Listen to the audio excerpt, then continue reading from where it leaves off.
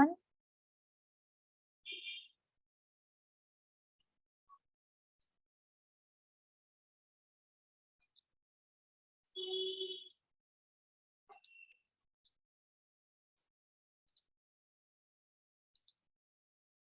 Okay, so last time we did the topic called atom and molecules. Within that topic, we discussed about the arrangement of electron within an atom. We also discussed about formation of bond, such as ionic bond, covalent bond. We discussed how they are formed, and after that, we learned about molecules, the difference between elements and compound, the difference between the molecules of element and the molecules of compound. So I hope everyone understands the basic difference between atom, molecule, elements, and compound. With that, our chapter of atom and molecule, it is completed. Only a few topics are remaining, which we will cover in the next chapter called periodic properties, which we will cover later. Right now, we will be proceeding with a new topic called changes around us. Okay, so in this particular topic called changes around us, we are going to cover the chapters from standard 6th, 7th, and 9th NCRT. All of them are kind of related to one another, which is why I'm going to take them uh, uh, in this particular session. Okay, so can I move forward?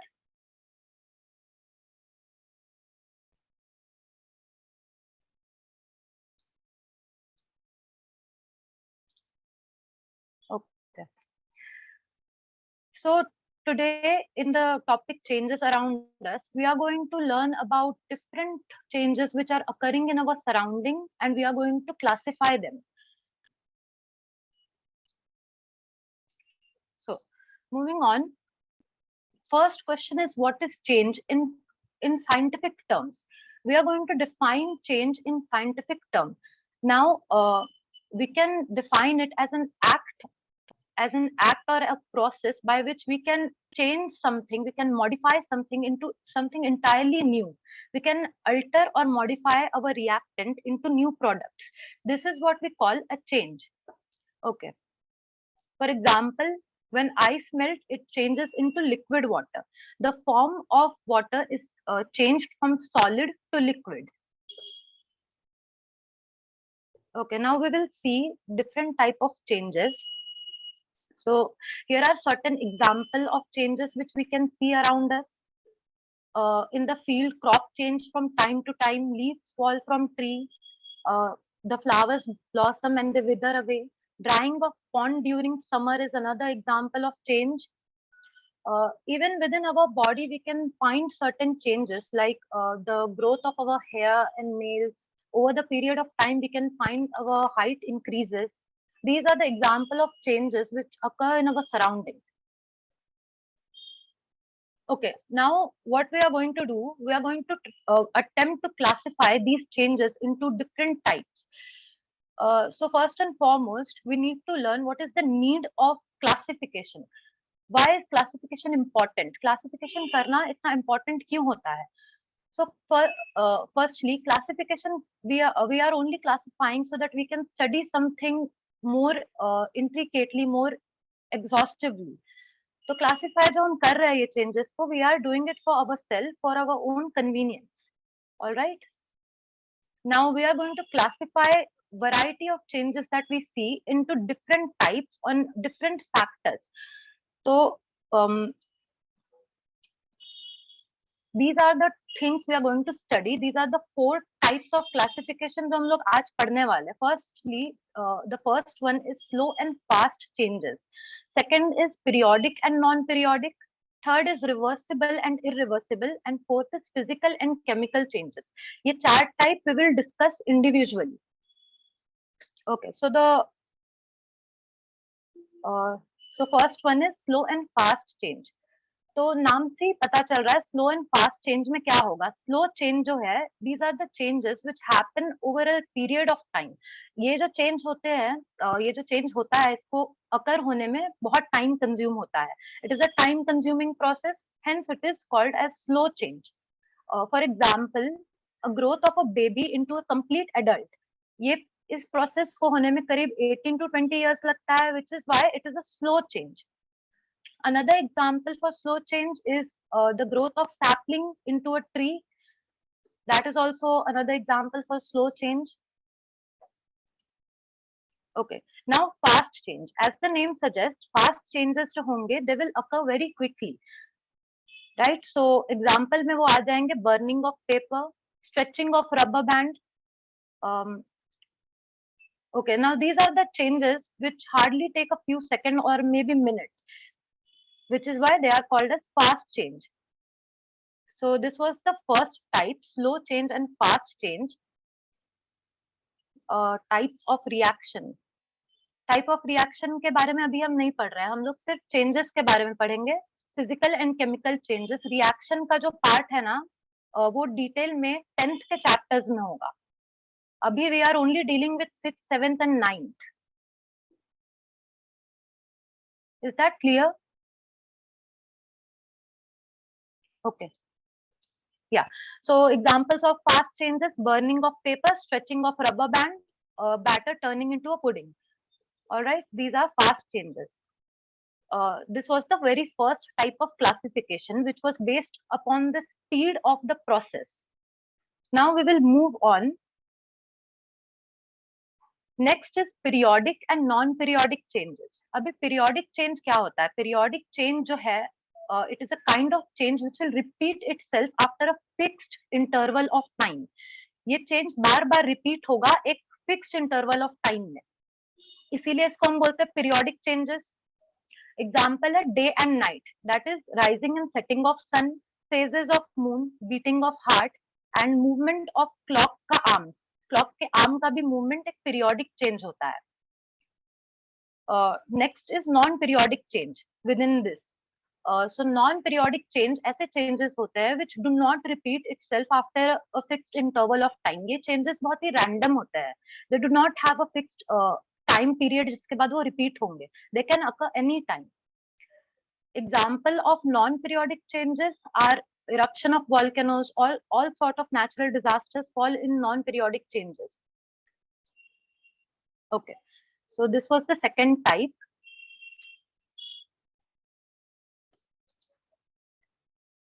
Now moving on to reversible and irreversible changes. यहाँ से जो topic start होता है, we are going to study this particular change is actually applied very much in chemistry. So firstly we will see reversible change. Reversible change ऐसे change होते हैं जिनको हम reverse कर सकते हैं. They are only temporary conversion. Okay, just a second. Okay, so reversible change are changes which can be reversed. इसमें क्या होता है, in terms of chemistry, in terms of chemical reaction, अगर हम बोले, अगर हम कोई रिएक्टेंट लेंगे and we are converting it into product, तो क्या होगा, when we provide appropriate external factors, ये जो हमारे प्रोडक्ट है, we can convert it back into reactant. ये रिएक्शंस, इसीलिए हम कहते हैं ऐसे टाइप के रिएक्शन को हम बोलेंगे रिवर्सिबल रिएक्शन, क्योंकि हम इनके प्रोडक्ट को वापस रिएक्टेंट में कन्वर्ट कर सकते हैं. Okay, so these reactions are known as reversible reaction. जब रिवर्सिबल चेंज होता है ना, तो सब्सटेंस जो है वो मॉडिफाई होता है into another form. They are not chemically altered. Chemical alteration reversible change में नहीं होगा. Okay, so next one is irreversible change. Irreversible change जो होते हैं, दे आर परमानेंट चेंज. अभी इररिवर्सिबल चेंज में जो चेंजेस आएंगे, they will alter the chemical composition of the particular substance. Okay, so irreversible changes जो होते हैं, they are mostly brought upon by heating, burning, powdering. These are the few processes by which irreversible changes takes place. I hope this much is clear to everyone.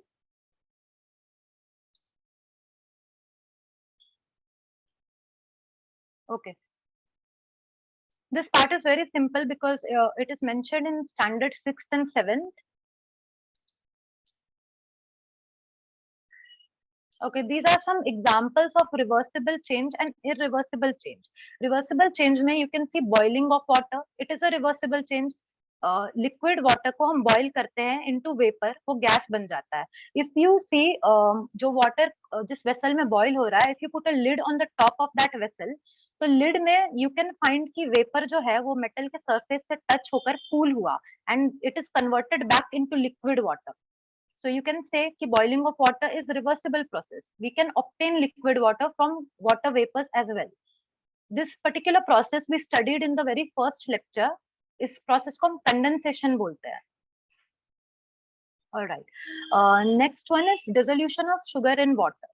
Sugar को water में dissolve करने के बाद, if we want to derive our sugar back, what we have to do, we have to give the vessel constant heating, constant and regulated heating. वो करेंगे तो water जो है वो vapor बन के evaporate हो जाएगा and we will be left behind with sugar.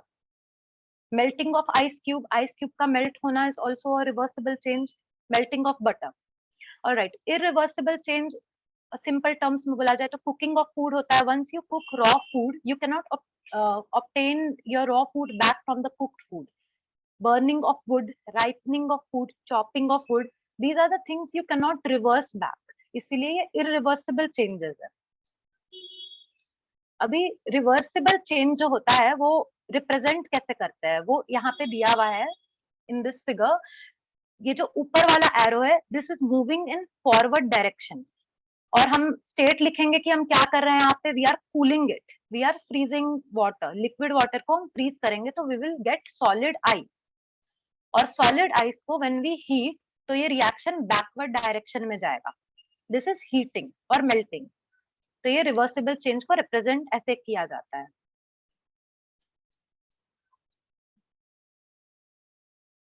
Okay, अब रिवर्सिबल रिएक्शन को हम कैसे रिप्रेजेंट करेंगे.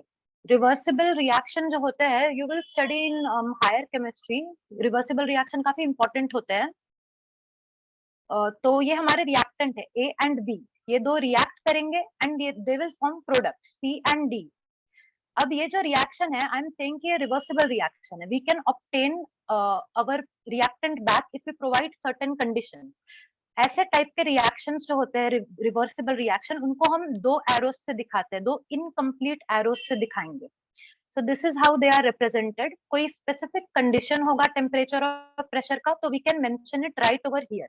ये जो है ये फॉरवर्ड डायरेक्शन रिप्रेजेंट करता है और ये एरो बैकवर्ड डायरेक्शन रिप्रेजेंट करता है. So this is how you represent a reversible reaction.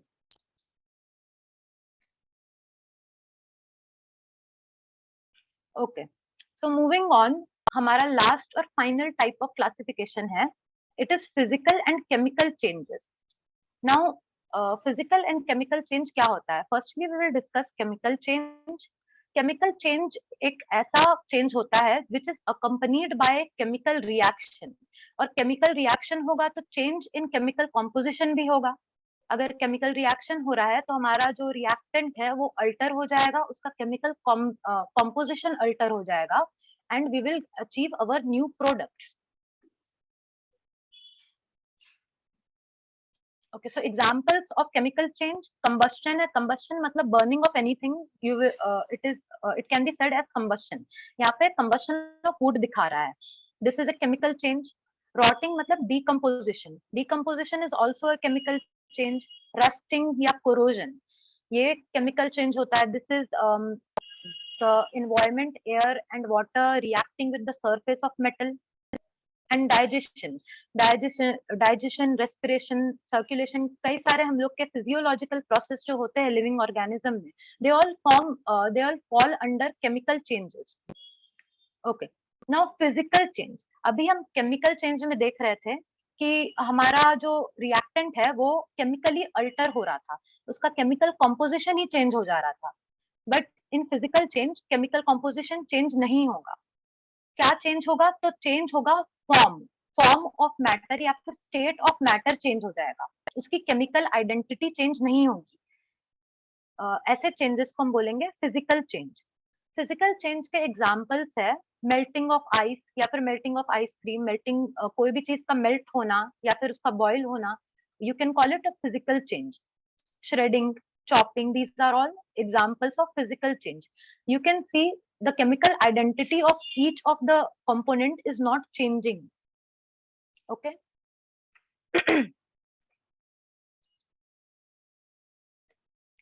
ना यहाँ पे डेफिनेशन दिया है फिजिकल एंड केमिकल चेंज का।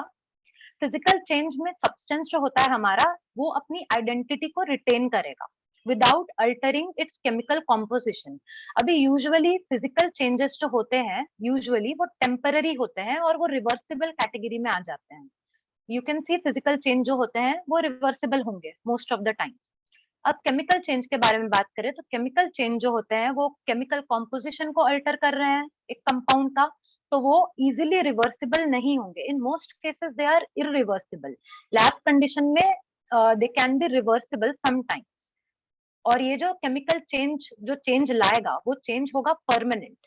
सो we can associate chemical change with irreversible change also.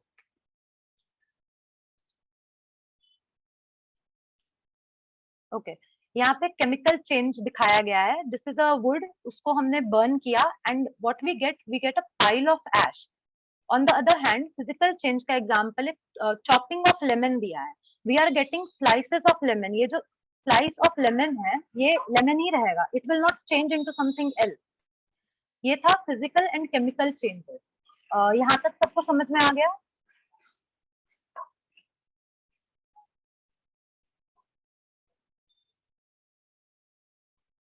Okay okay, यहाँ तक हमने जो पढ़ा वो दो चैप्टर्स थे, 6th और 7th के। अभी ये जो दो चैप्टर्स है अगर आप लोग एनसीईआरटी में देखेंगे so these chapters are full of activities. अभी ये एक्टिविटीज जो है इनको आप एक बार देख लो, समझ लो, they are not very difficult और इतना इम्पोर्टेंट नहीं है ये सब। ये दो चैप्टर्स में इतना ही इम्पोर्टेंट था जितना मैंने अभी तक मेंशन किया। Now we will move on to a next topic. हमारा जो दूसरा टॉपिक है वो है states of matter. You can find it in chapter first of 9th NCERT। 9th के NCERT का first chapter है states of matter। It is called something else, matters in our surrounding, that is the name of the chapter if you want to refer। तो यहाँ से we will start our next topic। uh, Now when we were learning about atomic structure we discussed about matter। हम लोगों ने matter का definition देखा था कि matter is anything that occupies space and has mass. तो अभी हम क्या करेंगे, we are going to attempt to classify matter. अभी मैटर का क्लासिफिकेशन कैसे होगा? हमने मैटर का क्लासिफिकेशन एक और बार किया था पहले फर्स्ट लेक्चर में when we were studying sorting of materials. उसमें हम मटेरियल्स को क्लासिफाई कर रहे थे on the basis of hardness, softness, lustre and various other properties. ये सारे प्रॉपर्टीज थे फिजिकल प्रॉपर्टीज। अभी हम क्लासिफाई करेंगे थोड़ा हायर लेवल में आकर के। We will classify the matter on the basis of their state. Okay, so earliest attempt कब किया गया था मैटर को क्लासिफाई करने का? कहाँ किया गया था और कब किया गया था? ये यहाँ पे इस पॉइंट में मेंशन किया गया है। अर्लीस्ट अटेम्प्ट जो था क्लासिफिकेशन ऑफ मैटर का, it was done by Indian philosophers in ancient times. Matter को क्लासिफाई किया गया था into 5 basic elements which we all know as panch tattva. It is air, earth, fire, sky and water. At the same time, इसी time के दौरान Greek philosophers जो थे they also arrived at a similar classification. ये जो पॉइंट है first वाला, you can relate it with history and study. Sir ने भी मेंशन किया था when I was explaining the atomic structure. So this particular point you can study and correlate it with history। Okay, second one, अभी matter को classify हम किस basis में करेंगे? Now we are talking about modern chemistry. ये जो ancient था, ancient classification था, ancient attempt of classification, it does not have many scientific experiment to back them up, which is why we don't really dive into those। We are going to study about modern classification। So modern classification based है दो type में, एक है physical state के ऊपर और एक है केमिकल कॉम्पोजिशन के ऊपर। आज के टॉपिक में we are going to focus on the physical state वाला पार्ट। ठीक है, on the basis of physical state matter को हम क्लासिफाई कर सकते हैं इनटू 3 डिफरेंट स्टेट। एक है सॉलिड, लिक्विड, गैसेस। नाउ ये जो 3 डिफरेंट स्टेट है इसके अलावा भी और स्टेट होते हैं। But most of the matter you can classify it with in solid, liquid and gases. तो पहले हम लोग वो 3 डिस्कस करेंगे और उसके बाद बाकी के जो स्टेट है, प्लाज्मा और फिफ्थ स्टेट, वो सब हम लोग बाद में करेंगे। और एक और क्लासिफिकेशन है which is based on chemical composition. Chemical composition के बेसिस में we can classify matter as pure substance और एज मिक्सचर। अब प्योर सब्सटेंस है, ये हमने लास्ट टाइम पढ़ा था। You can classify pure substance as molecules of elements और मॉलिक्यूल्स ऑफ कंपाउंड्स। फिर मिक्सचर में आता है। मिक्सचर क्या होता है? मिक्सचर होता है, मिक्सचर इज एसोसिएशन ऑफ 2 और मोर कंपाउंड। जब 2 से ज्यादा कंपाउंड एक साथ एसोसिएटेड होते हैं तो we call it a mixture. अभी मिक्सचर जो होता है वो फर्दर 2 टाइप का होता है। you can find mixture as you can classify mixture as 2 types, homogeneous mixture and heterogeneous mixture। homogeneous mixture क्या होता है? homogeneous mixture ऐसा मिक्सचर होता है जब सारे कंपोनेंट्स जो है ना मिक्सचर के, दे completely dissolve into one another and they form a uniform composition। जैसे इसका एग्जांपल हम ले सकते हैं शुगर, सॉल्ट और वाटर का मिक्सचर। वाटर में शुगर भी डिसॉल्व हो जाएगा, सॉल्ट भी डिसॉल्व हो जाएगा और कंप्लीटली डिसॉल्व होगा और हमको रिजल्ट में एक यूनिफॉर्म क्लियर मिक्सचर मिलेगा, एक क्लियर सॉल्यूशन मिलेगा। So that will be the example of homogeneous mixture. Now what is heterogeneous mixture? Heterogeneous mixture ऐसे मिक्सचर होते हैं which will not dissolve into one another, they will remain separated. मतलब mix करने के बाद भी you can सी कि वो लोग मिक्स नहीं हो पा रहे हैं अच्छे से। एग्जाम्पल इसमें आ जाएगा वाटर एंड केरोसिन का, या फिर वाटर एंड ऑयल का। सैंड एंड वाटर का भी एग्जाम्पल हेटेरोजेनस मिक्सचर में ही आ जाता है। So these are the 2 types of mixtures. Now I have a question, ये जो हमारा मिल्क है वो किस टाइप ऑफ मिक्सचर में आएगा? वो होमोजेनस होगा या फिर हेटेरोजेनस होगा?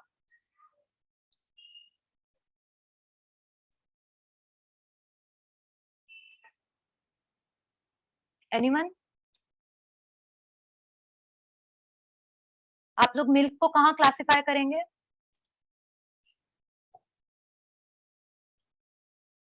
Okay, so everyone is saying homogeneous, पर होमोजेनस जो है वो रॉन्ग हो जाएगा। ये जो मिल्क है हमारा वो एक हेट्रोजेनस मिक्सचर है। अब हमको देखने से तो वो होमोजेनस लगता है, पर अगर हम माइक्रोस्कोपिक लेवल पे जाएंगे तो यू विल फाइंड मिल्क जो है वो हमारा प्रोटीन से बना हुआ रहता है, फैट से बना हुआ होता है और वाटर से बना हुआ होता है। अभी वाटर, प्रोटीन, फैट, ये तीनों आपस में डिसॉल्व नहीं होंगे। So milk will be heterogeneous mixture.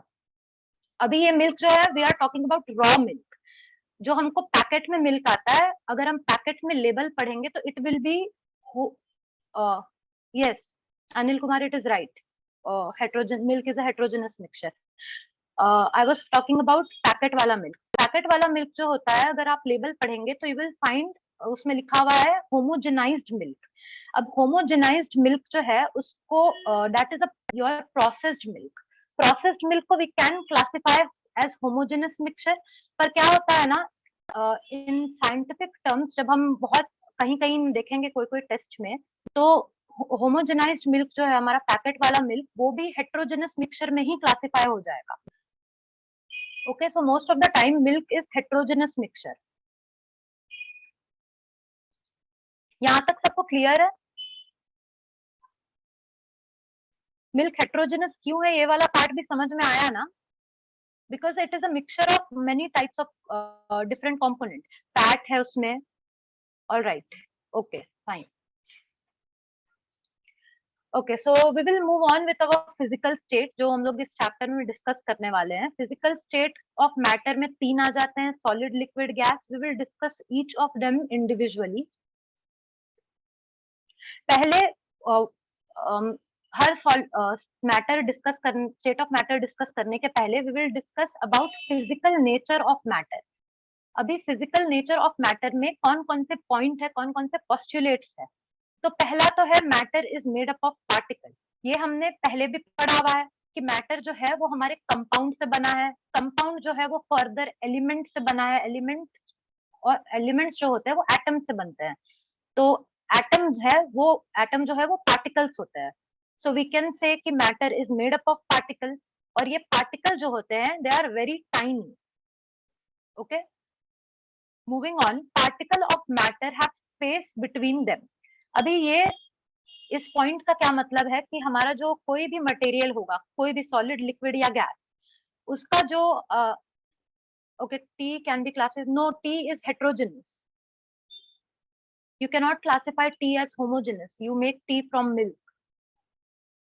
उसके साथ उसमें टी लीव्स भी आ जाएगा. उसके पार्टिकल्स जो है ना, अगर मिल्क एंड टी ये जो होंगे ना, ये कोलॉइडल सॉल्यूशन होंगे. कोलॉइड जो है ना, we will discuss it in solution वाला चैप्टर. एक चैप्टर आएगा आगे, मे बी इन 10th, जो सॉल्यूशन के ऊपर बेस्ड होगा. उसमें we will talk about this topic in detail. ठीक है, अभी इतना ध्यान में रखो कि मिल्क हेट्रोजेनस है. हेट्रोजेनस कोलॉइडल मिक्सचर है. कोलॉइड जो होते हैं ना, if you view colloid in light, तो you can see different particle. जैसे लेमन जूस जो होता है ना, अगर उसको हम सनलाइट में देखेंगे तो हमको दिखेगा लेमन के पल्प उसमें तैरते हुए, which is why we classify it as heterogeneous. Is that clear?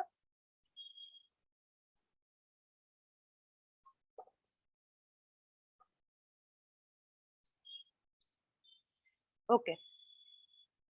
So, right. Particles of matter have space between them. अब हम किसी भी मैटर या किसी भी मटेरियल को थोड़ा माइक्रोस्कोपिक लेवल पे जा करके देखेंगे, तो यू विल फाइंड कि उनका जो एक एक मॉलिक्यूल होगा, हर मॉलिक्यूल के बीच में you will find some space.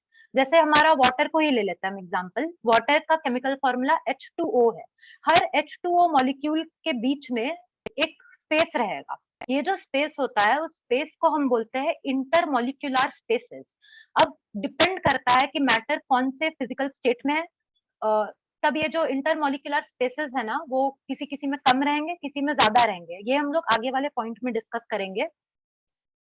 अभी next point, matter, particle of matter are continuously moving. ये भी एक इंपॉर्टेंट पॉइंट है. चाहे वो सॉलिड हो, लिक्विड हो या गैस हो, हर हर स्टेट ऑफ मैटर में पार्टिकल्स जो होंगे सब्सटेंस के, वो कंटिन्यूअसली मूव करेंगे. अपने ही पोजीशन में वो टू एंड फ्रो मूवमेंट दिखाएंगे. ये मूवमेंट को हम वाइब्रेशन बोलते हैं.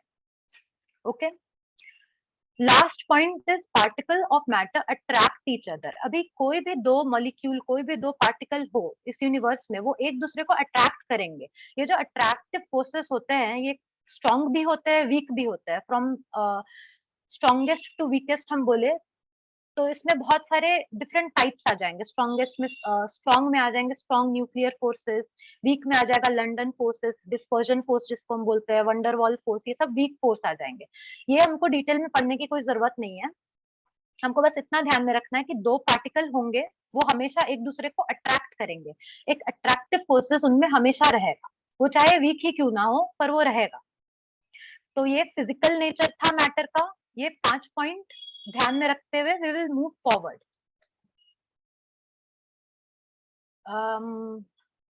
ओके, यहाँ पे डिफ्यूजन मैं इसका लिखना भूल गई, but don't worry, I will explain what is diffusion.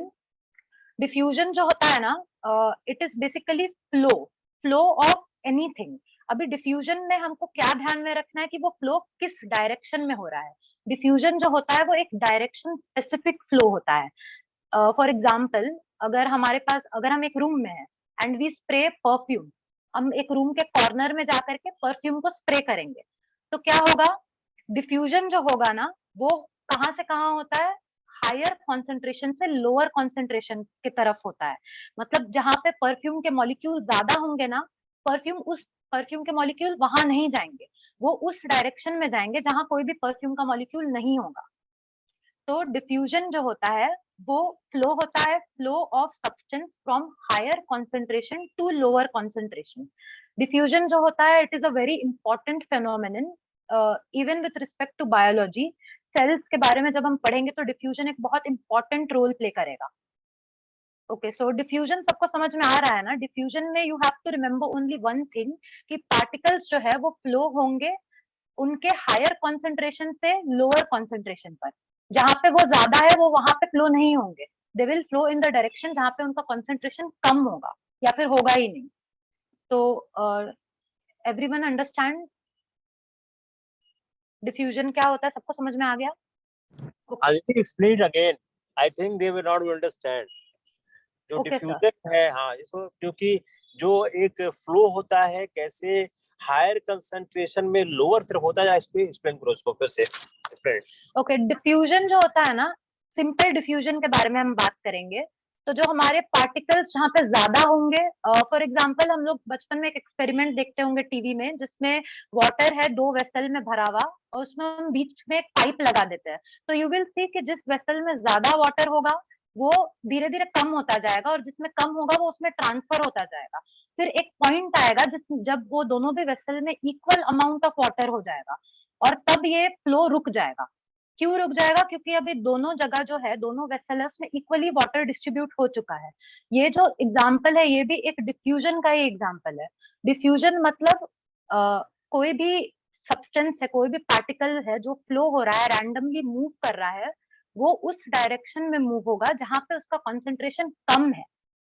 अब समझ में आया सबको? इसको मैं और आसान कर देता हूँ।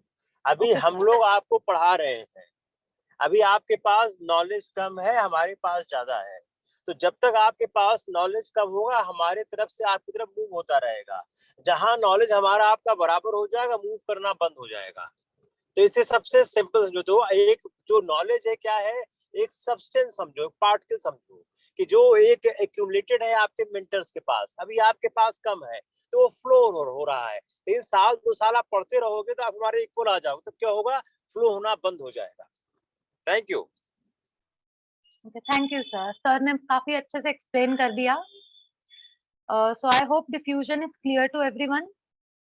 डिफ्यूजन हम बायोलॉजी में भी देखेंगे। सेल का जो रेस्पिरेशन होता है उसके प्रोसेस में भी डिफ्यूजन आ जाएगा। We will see simple and energy consuming diffusion, 2 तरह के होंगे उसमें। अभी के लिए ये सिंपल डिफ्यूजन काफी था। Okay, now we will move on to states of matter. Matter जो होते हैं, फिजिकल स्टेट मैटर के 3 मेजर टाइप के होते हैं। First solid, liquid and gas. ये 3 अभी हम आगे डिस्कस करेंगे। High pressure to low pressure होगा क्या? हाँ, होता है। प्रेशर रिलेटेड डिफ्यूजन भी होता है।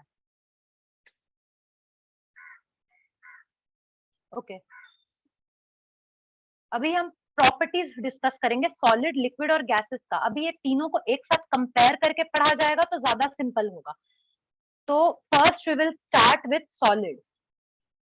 ओके, यहाँ जो नीचे एक फोटो दिया हुआ है, रिप्रेजेंटेशन दिया हुआ है इमेज में, ये जो पार्टिकल्स है अगर हम सॉलिड में देखेंगे तो इनके बीच में स्पेस छोटे छोटे नजर आएंगे पर वो बहुत कम होंगे। तो वी कैन से कि सॉलिड जो होता है उसमें इंटरमॉलिक्यूलर स्पेस, इंटरमॉलिक्यूलर मतलब 2 मॉलिक्यूल के बीच में इंटरमॉलिक्यूलर स्पेस जो होता है वो बहुत ही कम होता है। You can C in the image solid के सभी पार्टिकल एक दूसरे के बहुत ही क्लोज होते हैं। अब ये जो पार्टिकल्स है ये एक दूसरे के इतने क्लोज है, इसीलिए इनके बीच में इंटरमॉलिक्यूलर फोर्स जो है वो ज्यादा होगा। इंटरमॉलिक्यूलर स्पेस कम होगा और इंटरमॉलिक्यूलर फोर्स जो होगा वो स्ट्रॉन्ग होगा। ये दोनों पॉइंट क्लियर है?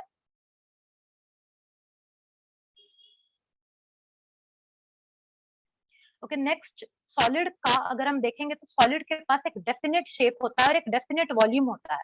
अगर हम सॉलिड को एक कंटेनर में डालेंगे तो वो कंटेनर का शेप नहीं लेगा, वो अपना खुद का शेप मेंटेन करके रखेगा। क्यों? क्योंकि उनके मॉलिक्यूल्स के बीच में एक स्ट्रॉन्ग इंटरमॉलिक्यूलर फोर्स है। वो सब मॉलिक्यूल एक साथ जुड़े हुए हैं, वो लोग अपना शेप नहीं चेंज करेंगे। ओके, नेक्स्ट थिंग, सॉलिड जो होते हैं उनकी डेंसिटी हाई होती है। सब मॉलिक्यूल एक साथ है तो मास पर यूनिट वॉल्यूम भी ज्यादा होगा। वो डेंसिटी का फॉर्मूला होता है मास अपॉन वॉल्यूम। इसीलिए सॉलिड के केस में डेंसिटी ज्यादा होगी। Melting point and boiling point high होगा सॉलिड का। ये क्यों हाई होगा? Once again because of strong intermolecular forces. Strong intermolecular forces के केस में हमको ज्यादा एनर्जी सप्लाई करना होगा ताकि ये फोर्स जो है वो ब्रेक हो जाए, which is why they have high melting and high boiling point. Okay, next point is solids cannot be compressed. Yes, Mayank, they are tightly packed. Okay, solids cannot be compressed. Compression मतलब क्या? Compress मतलब ये जो छोटे छोटे space है ना उनको हटाना, ऊपर से हेवी प्रेशर, हाई प्रेशर लगा करके। तो सॉलिड के केस में पहले से ही इंटरमोलिकुलर स्पेस जो है वो बहुत ही कम है, तो solid can not be compressed, उनमें कंप्रेशन बहुत ही कम होगा, मिनिमम होगा या तो होगा ही नहीं. Okay, next and last point is solid can not flow. जब सभी इंटरमोलिकुलर स्ट्रॉन्ग इंटरमोलिकुलर फोर्सेस के वजह से सॉलिड हेल्ड टुगेदर है, वो लोग सब एक साथ रहेंगे, they will not flow, they will hold their shape, they will hold their volume. Okay, ये था सॉलिड का पॉइंट. अभी सॉलिड के ही जितने पॉइंट्स हमने डिस्कस किए, हम सेम पॉइंट्स लिक्विड के भी बारे में डिस्कस करेंगे, सेम प्रॉपर्टीज के बारे में.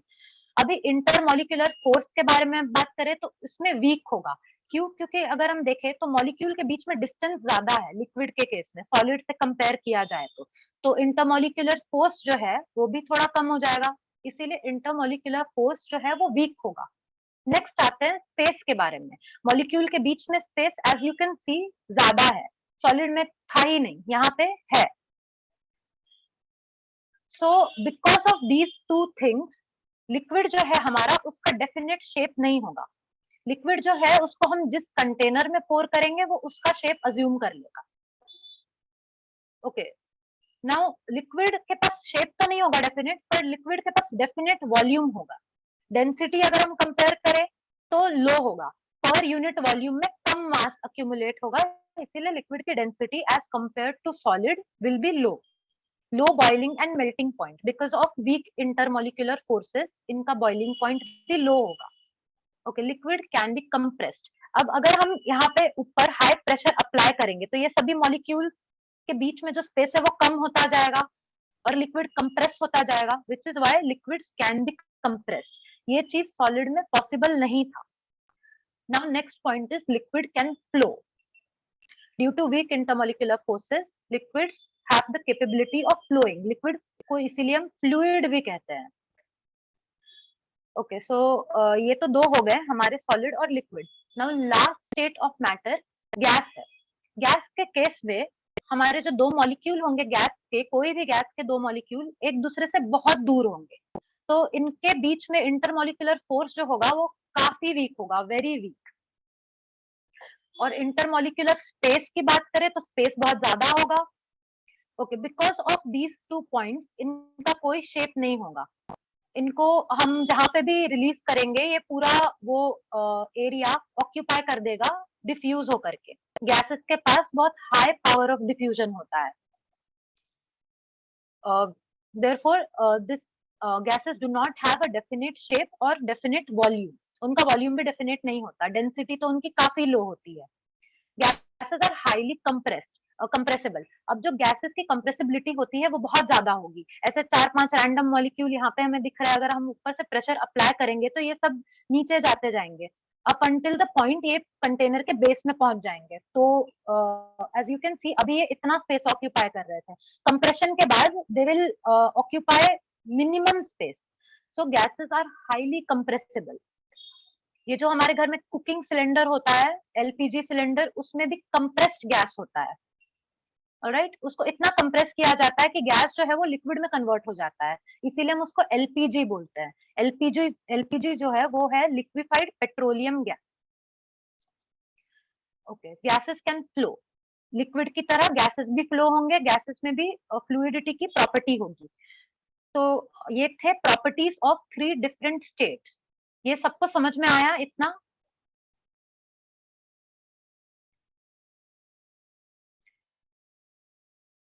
ओके, यहाँ पे जितने प्रॉपर्टी मेंशन किए गए हैं वो ये 3 इमेज को देख करके भी हम इजीली कंक्लूड कर सकते हैं, कुछ ज्यादा डिफिकल्ट इसमें नहीं था.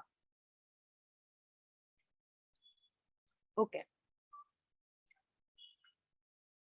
अब सवाल आता है कि हमारा जो मैटर है वो एक स्टेट से दूसरे स्टेट में चेंज हो सकता है या नहीं, और अगर हो रहा है तो फिर वो क्यों हो रहा है. मतलब ऐसा क्या हम करते हैं कि मैटर अपना स्टेट चेंज कर सकता है. ये हमारा इमेज यहाँ पे फोटो जो दिया हुआ है, it is inter conversion of water. Water जो है we know it exist in 3 different state. हम उसको डेली यूज भी करते हैं, तीनों भी स्टेट ऑलमोस्ट हम अपने डेली लाइफ में यूज कर लेते हैं. आइस जो है वो हमारा सॉलिड वाटर है. अगर हम आइस को हीट करेंगे तो we will get liquid water, और उसको फर्दर और हीटिंग देंगे इतना कि वो बॉयल होने लगे तो वो वेपर बन जाएगा. सिमिलरली यस मयंक, एग्जैक्टली यही दो कारण होता है, change in temperature and change in pressure, जिसके वजह से मैटर अपना स्टेट चेंज करता है। You are correct. Okay, so vapour को कूल किया जाएगा तो वी विल गेट लिक्विड। ये भी हमने देखा, अगर हम वेसल के ऊपर लिड रख देंगे तो वेपर मेटल के सरफेस के कांटेक्ट में आने के बाद कूल हो जाएगा, and due to this cooling it will convert back into liquid, और फिर लिक्विड को हम फर्दर कूल करते जाएंगे तो it will convert into ice. ये था inter conversion of water. Now we will discuss कि मैटर जो है वो अपना स्टेट क्यों चेंज करता है। एज मयंक स्टेटेड कि मैटर जो है due to temperature, change in temperature and change in pressure, वो अपना स्टेट चेंज करता है। अभी ये जो टेम्परेचर और प्रेशर है ये एक्सटर्नल फैक्टर्स है। ओके, हाँ ये वहीं लिखा हुआ इंटर कन्वर्जन ऑफ वाटर का स्टेटमेंट है कि हम हीट करेंगे तो क्या होगा, सॉलिड को हीट किया तो वो लिक्विड बनेगा, लिक्विड को फर्दर हीट किया तो वो गैस बनेगा, gas upon cooling will give you liquid and liquid upon cooling will give you solid. Now we will discuss the reason कि ऐसा क्यों होता है। ओके, फर्स्टली टेम्परेचर के बारे में बात करेंगे।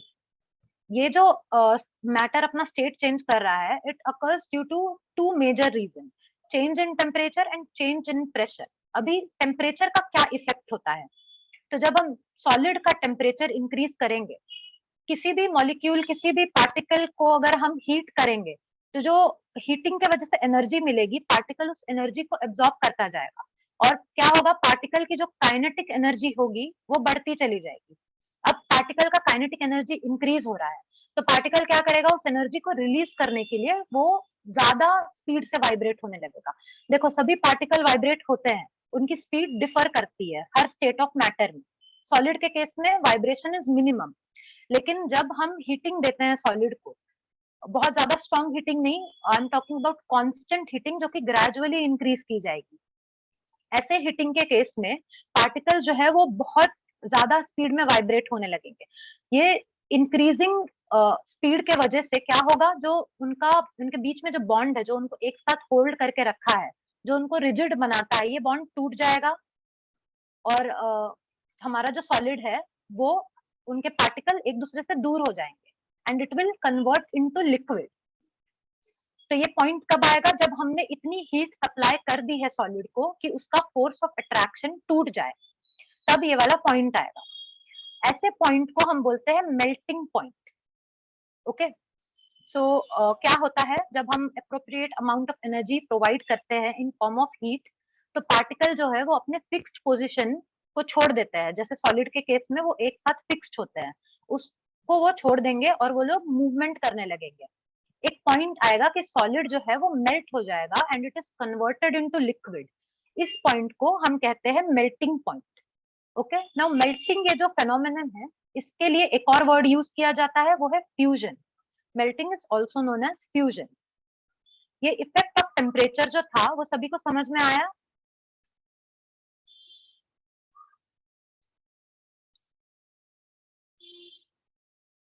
एवरीवन? काइनेटिक एनर्जी मूव, अब काइनेटिक एनर्जी जो है वो मॉलिक्यूल की बढ़ जाती है, इसीलिए मॉलिक्यूल जो है वो एनर्जी को रिलीज करना चाहता है। वो एनर्जी को रिलीज फिर किस फॉर्म में करेगा, वो मूव करने लगेगा। वाइब्रेशन जो है, वाइब्रेशनल एनर्जी जो है, वाइब्रेशनल मोशन जो है वो इंक्रीज हो जाएगा।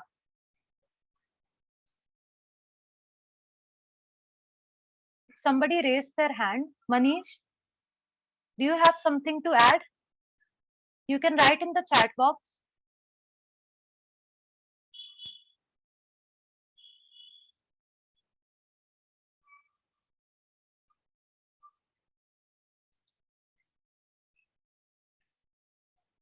Okay, so Manish, you can write it in chat box if you want to ask something. Okay, अभी नेक्स्ट पार्ट है टेम्परेचर का कन्वर्जन इन केल्विन। अभी यूजुअली जो हम टेम्परेचर मेजर करते हैं, जो हमको मोबाइल में अलर्ट आता है, जो हम सराउंडिंग का टेम्परेचर मेजर करते हैं, वो डिग्री सेल्सियस में होता है। लेकिन डिग्री सेल्सियस जो है वो टेम्परेचर का एसआई यूनिट नहीं है। एसआई यूनिट क्या होता है, एसआई यूनिट एक स्टैंडर्डाइज्ड यूनिट होता है जो all over the world experiments के लिए यूज किया जाता है। अभी सब डिफरेंट डिफरेंट स्केल यूज करेंगे तो एक्सपेरिमेंट को इंटरप्रेट करना डिफिकल्ट हो जाएगा। तो एक स्टैंडर्डाइज्ड यूनिट सेट किया गया है टेम्परेचर के लिए, वो स्टैंडर्डाइज्ड यूनिट केल्विन है। केल्विन को हम रिप्रेजेंट करते हैं कैपिटल के से। ओके, नाउ जो हम डेली यूज करते हैं, यूनाइटेड स्टेट्स में सेल्सियस की जगह फ़ारेनहाइट यूज होता है, इंडिया में भी use Celsius. So we will talk about Celsius to Kelvin का कन्वर्जन ओवर हियर। अभी हमारे पास कोई चीज का टेम्परेचर है, मैंने थर्मोमीटर से मेजर किया और मुझे 10 डिग्री सेल्सियस आ रहा है। Now I want to write that temperature down in terms of Kelvin. मुझे वो टेम्परेचर को केल्विन में लिखना है, तो मैं कैसे लिखूंगी? सिंपली जो हमको टेम्परेचर डिग्री सेंटीग्रेड में मिला है, डिग्री सेल्सियस में मिला है, we will add 273.15 to it. ठीक है, जैसे कि मेरा 10 आया था, तो I will add 10 in 273.15, we will get 283.15। ये हमारा टेम्परेचर इन केल्विन हो जाएगा। It is a very simple conversion. Degree Celsius में you simply have to add this number to get kelvin. Okay, ये था कन्वर्जन। अभी जैसे टेम्परेचर का कन्वर्जन किया हमने, वैसे ही एक मिनट, एटमोस्फेरिक प्रेशर का ये टर्म है। एटमॉस्फेरिक प्रेशर जो टर्म है, ये भी एक मेथड है प्रेशर को मेजर करने का। मेथड नहीं, यूनिट ऑफ मेजरिंग प्रेशर है ये। ठीक है, तो एटमॉस्फेयर को हम रिप्रेजेंट करते हैं एटीएम से। एटीएम जो है, it is a unit of measuring pressure. Usually हम प्रेशर को मेजर करते हैं पास्कल में। अब पास्कल क्या होता है? Pascal is Newton force, Newton sorry, force applied पर मीटर स्क्वायर, जो कि फोर्स को हम न्यूटन में लेते हैं और मीटर स्क्वायर लेंगे, तो न्यूटन पर मीटर स्क्वायर हो जाएगा पास्कल। ओके, प्रेशर का यूनिट होता है पास्कल यूजुअली। अब पास्कल को हम अपने कन्वीनियंस के लिए एटमॉस्फेयर में भी कन्वर्ट कर सकते हैं। ये कन्वर्जन यहाँ पे दिया हुआ है, 1 एटमॉस्फेयर कितना पास्कल होता है। तो ये 10 टू पावर 5 है, मैंने इसको ऐसे लिखा है 5 जीरो डाल करके। Okay, so this is the conversion of Pascal into atmosphere. Yes, it is unit. ठीक है, अभी 1 एटमॉस्फेयर क्या होता है? तो एटमॉस्फेरिक प्रेशर सी लेवल पे जो होता है वो 1 एटमॉस्फेयर होता है। ये वाला जो प्रेशर होता है, we take it as normal atmospheric pressure. Alright, तो एटीएम समझ में आया सबको क्या होता है? It is the unit of measuring pressure, और इसके बीच का रिलेशन ये है, usually pressure is measured in pascal. तो ये दोनों कन्वर्जन था, एक टेम्परेचर का केल्विन में और एक प्रेशर का एटमॉस्फेयर में। Okay, so moving on, next topic जो है वो है लेटेंट हीट का। Now what is latent heat? अभी जब हम सॉलिड को मेल्ट कर रहे थे, हम आइस का ही केस लेते हैं, आइस और वाटर का। When we were melting solid, हम एक चीज नोटिस करेंगे कि आइस क्यूब्स जो थे वो हम मेल्ट कर रहे हैं और उसको हम हीटिंग दे रहे हैं। जो टेम्परेचर है उसकी सेम रहेगी एक पॉइंट तक, जब तक solid completely, almost completely melt नहीं हो जाता। तो ये जो है, हम एनर्जी तो दे रहे हैं, हम energy in form of heat provide कर रहे हैं, और हमारा आइस जो है वो एब्जॉर्ब भी कर रहा है एनर्जी। पर वो एनर्जी जा कहाँ रहा है? क्योंकि उसका मेल्टिंग, उसका टेम्परेचर तो बढ़ नहीं रहा है, तो वो एनर्जी गया कहाँ? So that is the question. वो हमारा आंसर करता है लेटेंट हीट। अभी ये जो हीट एनर्जी हम दे रहे हैं आइस को, जो आइस ने एब्जॉर्ब कर लिया बिना राइज इन टेम्परेचर दिखाए, ये वो क्या करेगा? वो अपने अंदर स्टोर करके रखता है। वो इस टेम्परेचर को, इस एनर्जी को हम बोलते हैं हिडन एनर्जी या फिर हिडन हीट। तो ये हिडन हीट को ही लेटेंट हीट बोला जाता है। ये वर्ड जो लेटेंट है, इसका मतलब हिडन होता है। ऑलराइट, तो सबको समझ में आया लेटेंट हीट क्या होता है? टेम्परेचर में चेंजेस तब तक नहीं आएगा जब तक वाटर हमारा ऑलमोस्ट मेल्ट नहीं होने लगे। आइस जब कंप्लीटली, ऑलमोस्ट कंप्लीटली मेल्ट हो जाएगा, at that point we will see the rise in temperature. वो जो उसके बीच का थोड़ा सा टाइम है ना, उसमें you won't find any rise in temperature. That is because of latent heat. तो लेटेंट हीट का कॉन्सेप्ट सबको समझ में आया?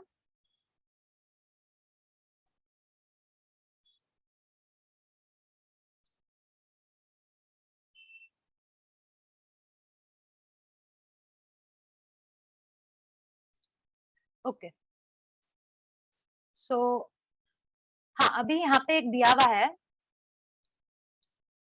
Just a second. ओके, अभी यहाँ पे लेटेंट हीट ऑफ फ्यूजन दिया हुआ है। अभी हम जो बात कर रहे हैं, we are talking about melting solid into liquid. मैंने अभी बताया था कि मेल्टिंग का दूसरा वर्ड होता है फ्यूजन, करेक्ट? तो जो अमाउंट ऑफ हीट कंज्यूम हो रहा है for changing 1 kilogram of solid into liquid at normal atmospheric pressure at its melting point, जो हीट कंज्यूम कर रहा है वो 1 किलोग्राम को कन्वर्ट करने के लिए लिक्विड में, वो हीट को हम बोलेंगे लेटेंट हीट ऑफ फ्यूजन। क्योंकि ये मेल्टिंग के लिए यूज किया जा रहा है, इसीलिए हम इसको फ्यूजन बोलेंगे। अगर यही चीज हम बॉइलिंग के लिए यूज कर रहे होते तो हम इसको लेटेंट हीट ऑफ वेपराइजेशन बोलते। ठीक है, ये बस टर्म है, इसको देख लो और कुछ नहीं। इससे रिलेटेड कुछ सम्स वगैरह के जो क्वेश्चंस होते हैं वो सब नहीं आएंगे। Okay,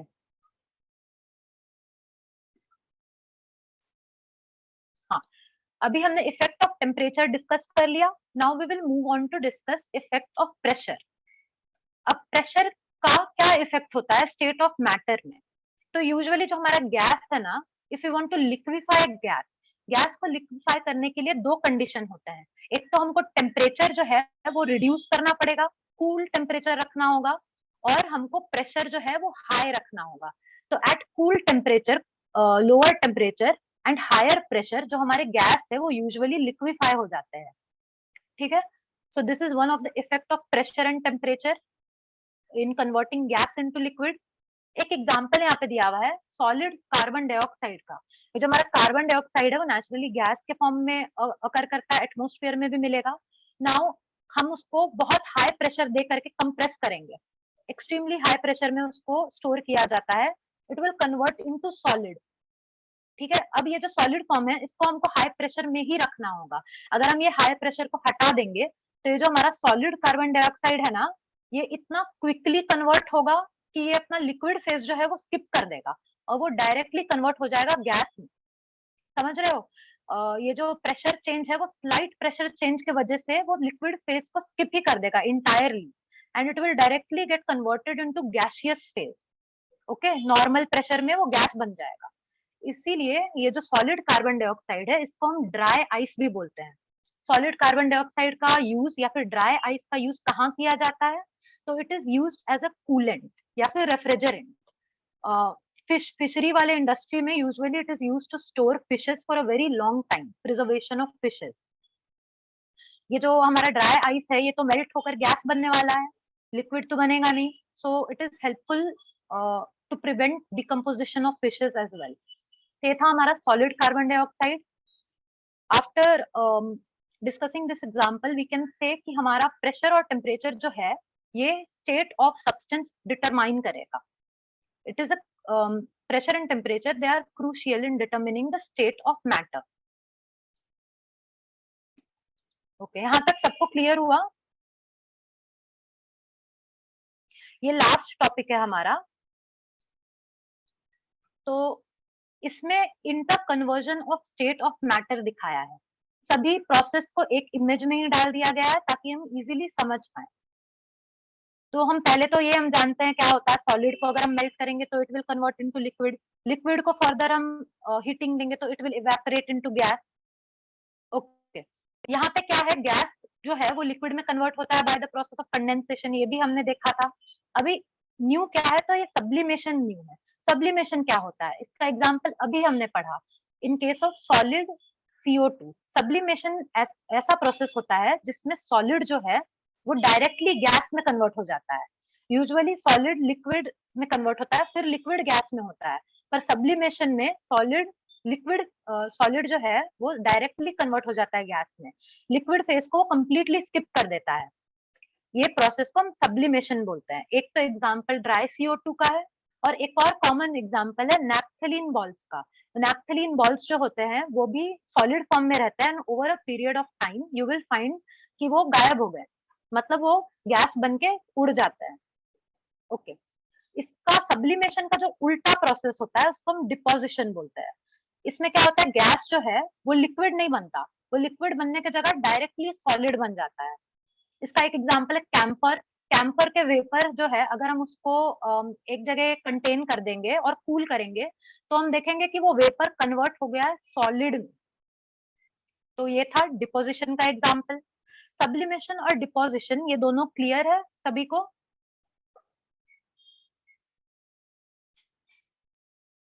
everyone? Okay, so with this I will end today's lecture. ये जो था ये लास्ट टॉपिक था।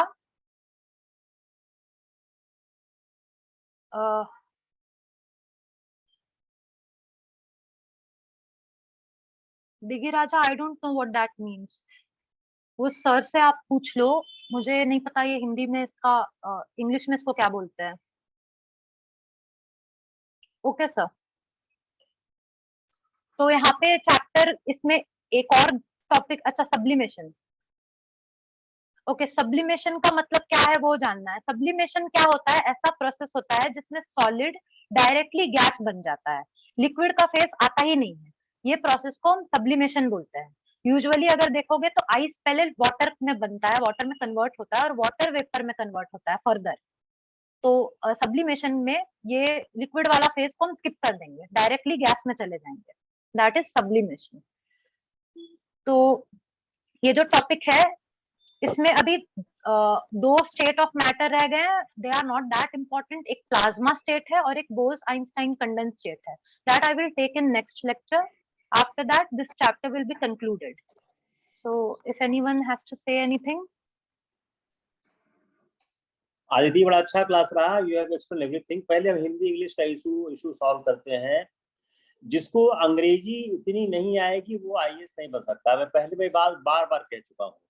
अगर आपको सब्लिमेशन सबकी हिंदी चाहिए नहीं होगा, जब तक आप अंग्रेजी में थोड़ा सा पढ़ने का डेवलपमेंट नहीं करेंगे आपका कोई फ्यूचर नहीं है। जो सीसैट होता है, जब उसका इंग्लिश से हिंदी करते हैं, गूगल ट्रांसलेट करते हैं, कुछ समझ नहीं आता है।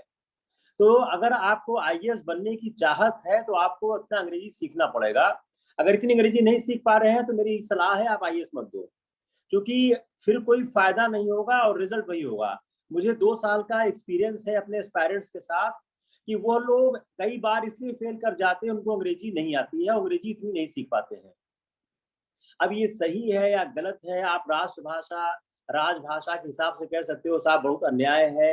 अब न्याय है या अन्याय है, इस पर बहस करने से बेहतर है हम जीवन की वास्तविकता को स्वीकार करके पढ़ने और समझने की कोशिश करें। तो जीवन की वास्तविकता यही कह रही है आप इतनी अंग्रेजी सीखिए। अब सब्लिमेशन की अगर आप हिंदी ढूंढिए, हर चीज की हिंदी ढूंढते रहिए तो नहीं हो पाएगा। दूसरी बात जो आदिति ने समझाया, देखिए एक तो चांसेस ये हैं कि वह पूछ ले कि जब आप सॉलिड से गैस में कन्वर्ट करते हो तो उसको क्या कहते हैं, या गैस से सॉलिड में कन्वर्ट करते हो तो उसको क्या कहते हैं। लेकिन उससे ज्यादा संभावना इस बात की है कि वह यह पूछ लेंगे कार्बन डाइऑक्साइड किस प्रक्रिया को एक्सप्लेन करता है, या नेफ्थाबॉल किस प्रक्रिया को एक्सप्लेन करती है। अब आप इसके बाद जो आज का लेक्चर था आप एनालाइज करो कि क्या क्या चीजें आपके रोजमर्रा के जीवन में इससे जुड़ी हुई आती हैं। Now you all go to the NCERT and you open NCERT and try to see ये इसमें जीवन से जुड़ी क्या क्या चीजें दिख रही हैं। मैं पहले भी कह चुका हूं और मैं फिर कह रहा हूं कि आपके जो जनरल साइंस का पेपर है वह बहुत कुछ आता है जीवन के अनुप्रयोगों से। Whatsoever is applicable in the life, the application का पार्ट आता है, उसको आप सीखने की कोशिश करिए। मेरे ख्याल से जितना आदिति ने पढ़ाया है उससे ज्यादा जो चैप्टर में है वो बहुत काम का है नहीं। आप लोग चैप्टर खोल लीजिए, वो क्लास 6, 7, 8 की एनसीईआरटी लिखते समय छोटे छोटे वो एग्जाम्पल्स लिखते हैं, प्रयोग कराते हैं। अगर आप याद करो हम लोग स्कूल में करता आओ करके सीखे, आओ करके समझे, बच्चों को समझाई बात होती है। आपके माइंड मेच्योर कर चुका है। 42 लोग क्लास, मुझे बड़ी समस्या है कि how I can motivate my aspirants. 120-25 लोग फाउंडेशन कोर्स में ज्वाइन किए हैं और मैं हर क्लास देखता हूँ 45 से 55 लोगों के आसपास रहती हैं, इससे ज्यादा नहीं रहती हैं। अब I do not know how to convince you guys to attend more and more classes when the teacher is doing so much hard work trying to explain। अब इसको बहुत ज़्यादा डिस्कस करने की ज़रूरत नहीं है। मैं लगातार ये देख चुका हूँ कि बहुत ज़्यादा लोगों में पढ़ने की जिज्ञासा है नहीं।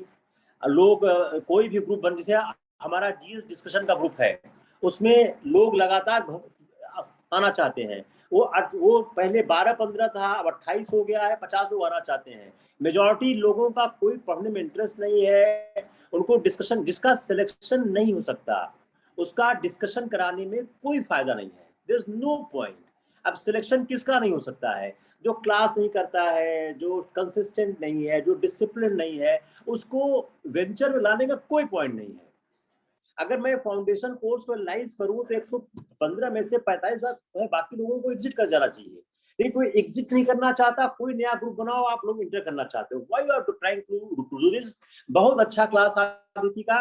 अब मैं फ्राइडे का क्लास हम लोग बायोलॉजी इंट्रोड्यूस कर रहे हैं। आदिति का वीक में 2 क्लास होगा, एक क्लास होगा ऑन मंडे जिसमें इसका क्लास चल रहा है केमिस्ट्री का। On Friday she will take the class of the biology.